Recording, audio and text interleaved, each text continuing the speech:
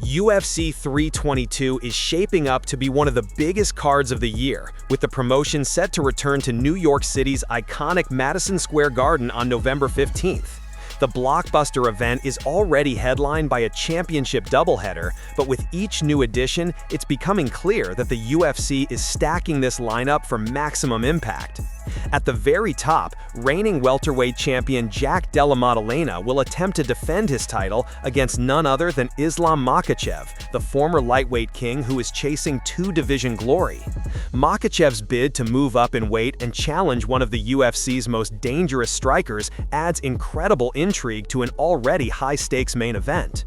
The co-main event features another monumental clash, former strawweight champion Zhang Weili stepping up to flyweight to challenge reigning queen Valentina Shevchenko. For Shevchenko, it's another chance to prove her dominance in the 125-pound division, while Zhang looks to make history by chasing gold in a second weight class. But the championship fights aren't the only reasons fans are buzzing. According to RMC Sport Combat, UFC 322 has added even more firepower with a lightweight showdown between top contender Beneil Dariush and surging Frenchman Benoit Denis. Dariush bounced back in June at UFC 317 with a dominant unanimous decision over Renato Moicano, showing he's still a threat at the elite level despite suffering tough knockout losses to Arman and Charles Oliveira in 2023. With previous high-profile win Tony Ferguson, Benny remains one of the division's most respected veterans. Saint Denis, known as the God of War, has quickly developed a reputation for violence inside the cage. The 29-year-old submitted Mauricio Ruffi at UFC Paris earlier this month, and all 7 of his octagon victories have come via finishes. While he's had mixed results in his last 4 outings, he remains one of the most dangerous rising stars at 155 pounds, with big wins over Matt Frivola and Thiago Moises already under his belt. And UFC 322 isn't stopping there. As of now, 10 total bouts are confirmed, including 2 more major fan-pleasers. Former welterweight champion Leon Edwards will make his return in what could determine the next title challenger at 170. Rising flyweight star Erin Blanchfield finally gets her long-awaited rematch against Tracy Cortez 6 years after their first meeting, in a fight that could determine the division's future. With a pair of title fights, a high-stakes lightweight war, and multiple former champions already on the bill, UFC 322 is being positioned as one of the deepest and most exciting cards of 2025.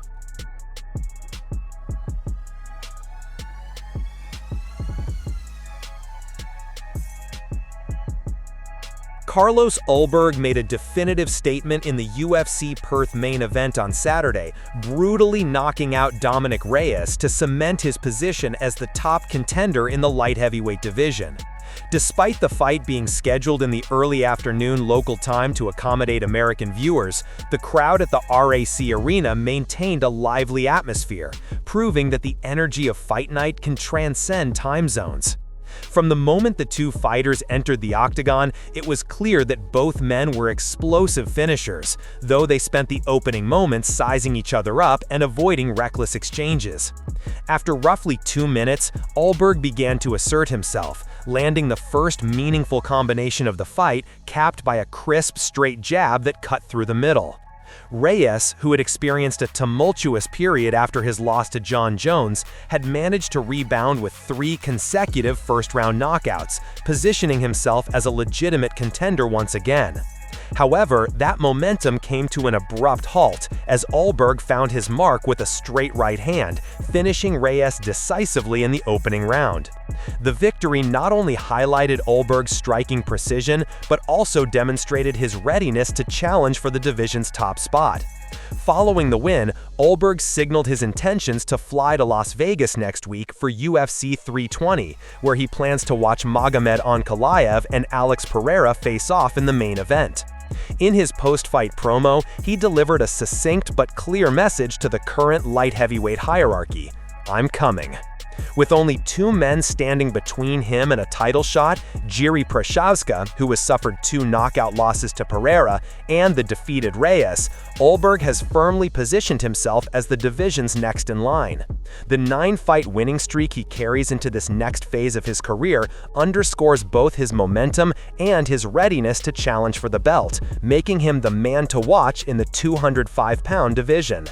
The night at UFC Perth ultimately offered something for every fan, from submissions and knockouts to competitive decisions, but it was Ulberg's dominant performance that left the most lasting impression and set the tone for his imminent rise in the light heavyweight ranks.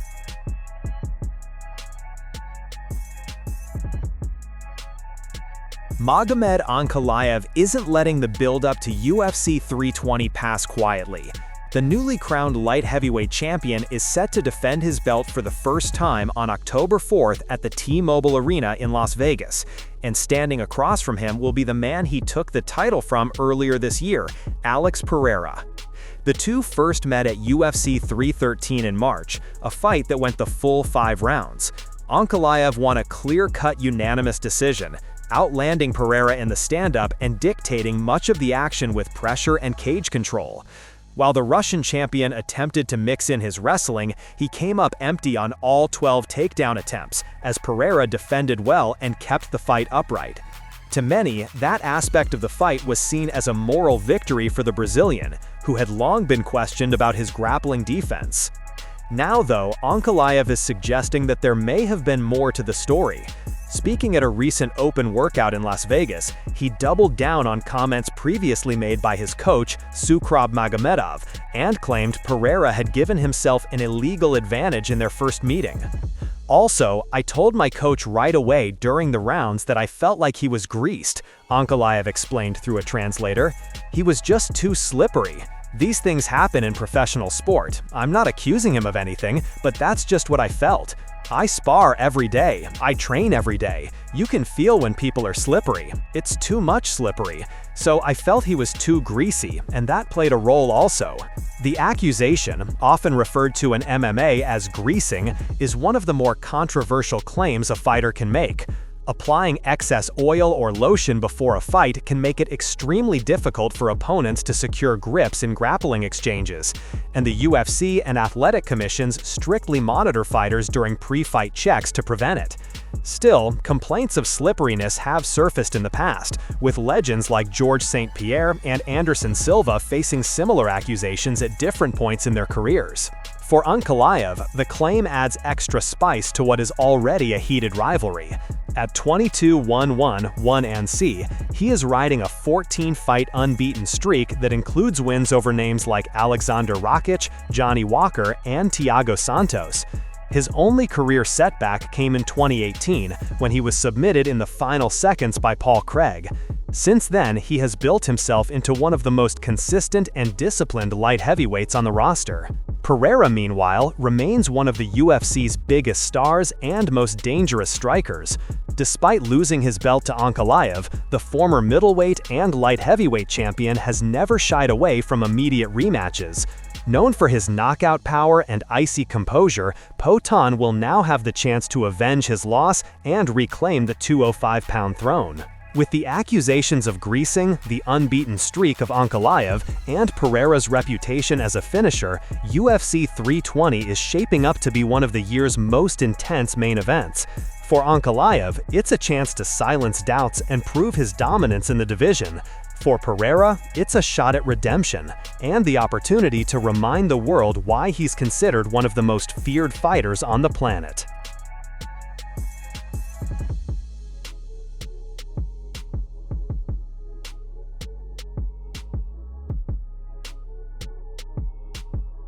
Last night's Spot and Fight Night 2 turned into one of the strangest and most chaotic scenes in recent combat sports.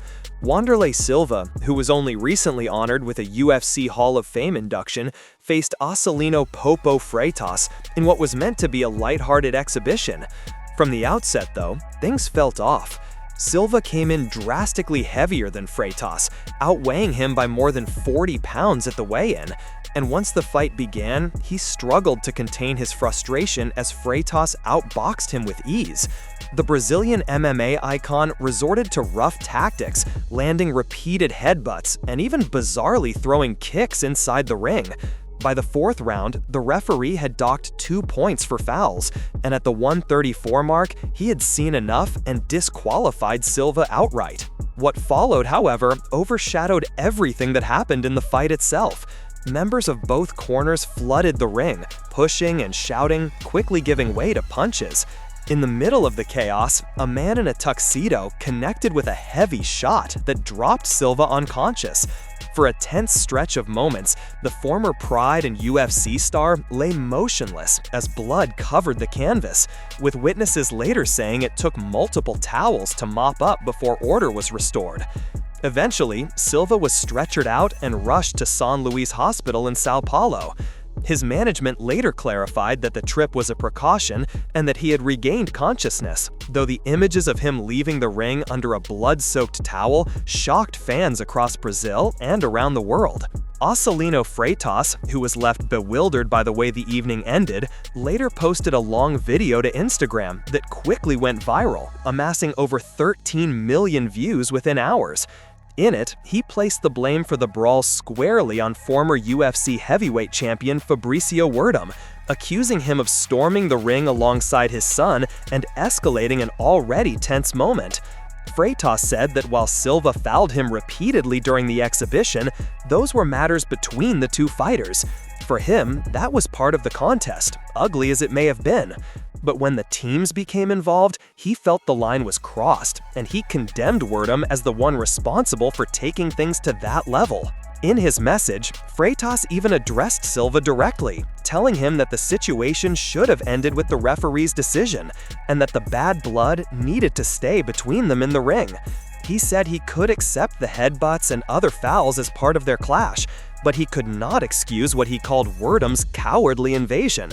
The fact that Silva ended up knocked out cold, not by a punch from Freitas, but by a member of the opposing corner, only heightened the surreal nature of the incident. For Silva, the episode adds an unfortunate chapter to a career that was already complete in terms of legacy. Known for his ferocity and relentless aggression, he carved out a legendary run in Pride before joining the UFC and eventually earning his place in the Hall of Fame. This exhibition was supposed to be little more than a spectacle, but instead, it has raised questions about whether he should ever step into a ring again, even for friendly matchups. For Freitas, the win is meaningless, overshadowed completely by the bedlam that followed. And for Werdum, fair or not, his name is now tied to the disastrous end of a night that many expected to be playful nostalgia, but that instead descended into violence and embarrassment.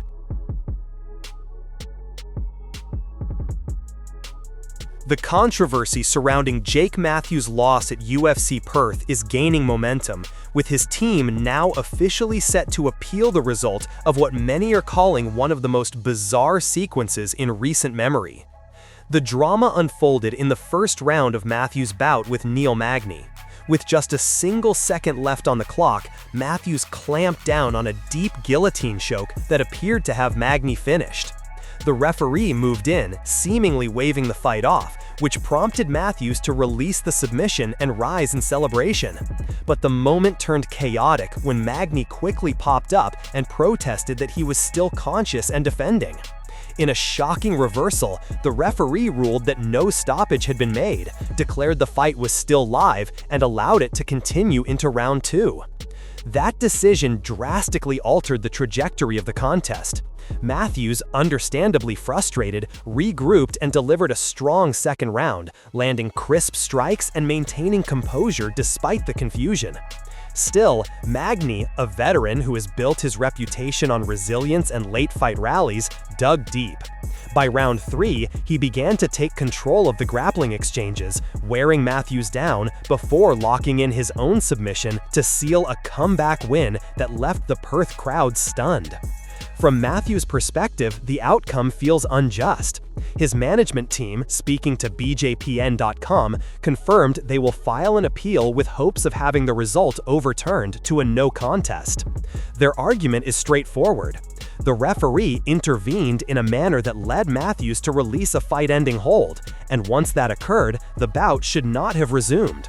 Restarting under those circumstances, they argue, gave Magny an unfair second chance and directly impacted the final outcome. Magny, for his part, wasn't concerned with the backlash. In his post-fight chat with Paul Felder, he expressed gratitude for the opportunity to showcase his trademark toughness. "It felt great. I was actually hunting that powerbomb. Always keep fighting, always keep pressing forward," Magny said, choosing to emphasize the rally rather than the controversy.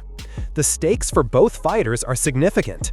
Matthews, now 22-8 overall and 15 in the UFC, saw what should have been the highlight of his current win streak erased in heartbreaking fashion. He had previously built momentum with wins over Chidi Njokuani, Francisco Prado, and Phil Rowe, and a victory over Magny could have propelled him closer to the rankings. Instead, he finds himself battling not only a loss, but also the difficult process of challenging an official result. Magny, meanwhile, improved to 31-13 in his career and 24-12 inside the octagon, extending his win streak to 2, after previously stopping Eliseo Zaleski dos Santos. The victory reinforces his reputation as one of the most experienced and enduring fighters at welterweight. The looming question is whether Matthews' appeal will succeed. Historically, athletic commissions have been extremely reluctant to overturn results unless there's undeniable evidence of a rules violation or procedural error.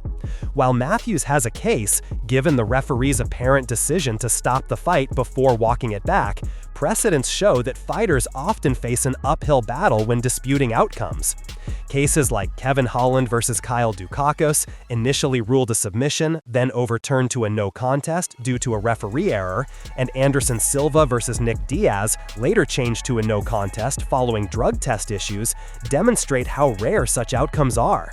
Matthews' situation, though unique, would still require significant scrutiny and acknowledgement of error by the commission overseeing UFC Perth.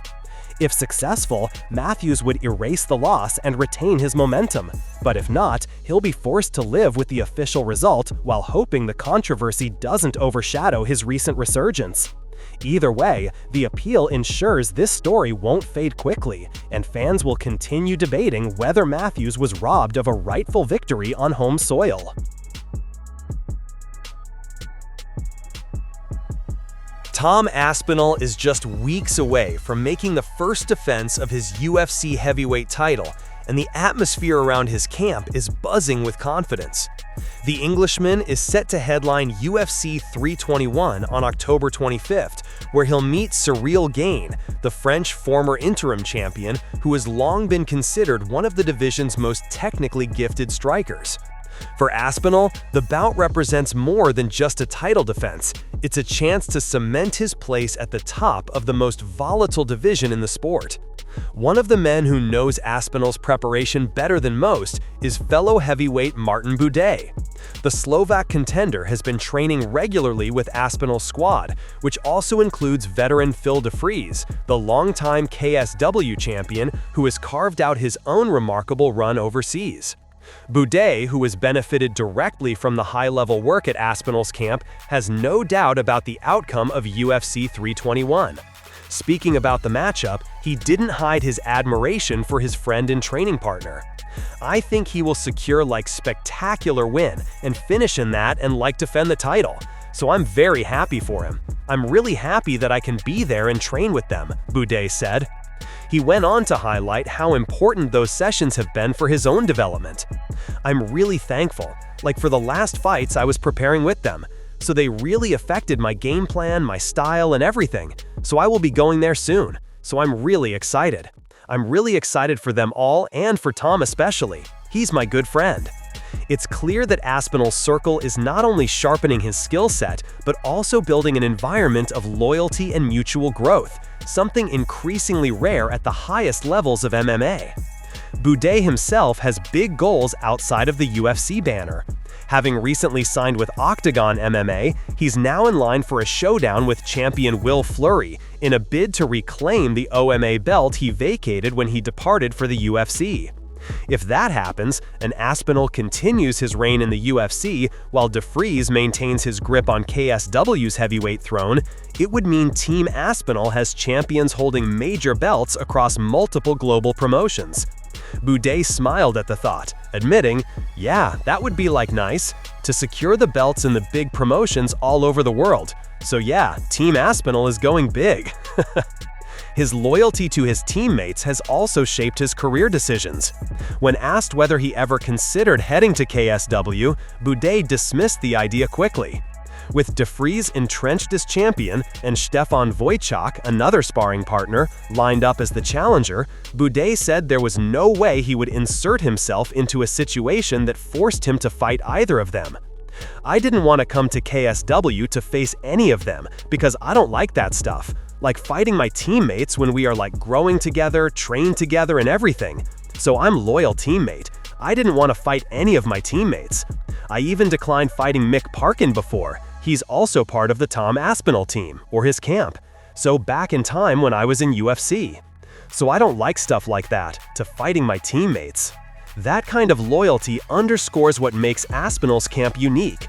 It's not just a place where fighters sharpen skills, but a family-like environment where bonds take precedence over business decisions. As Aspinall marches toward UFC 321, he carries not only his own ambitions, but also the pride of a team that could soon dominate heavyweight MMA across the globe.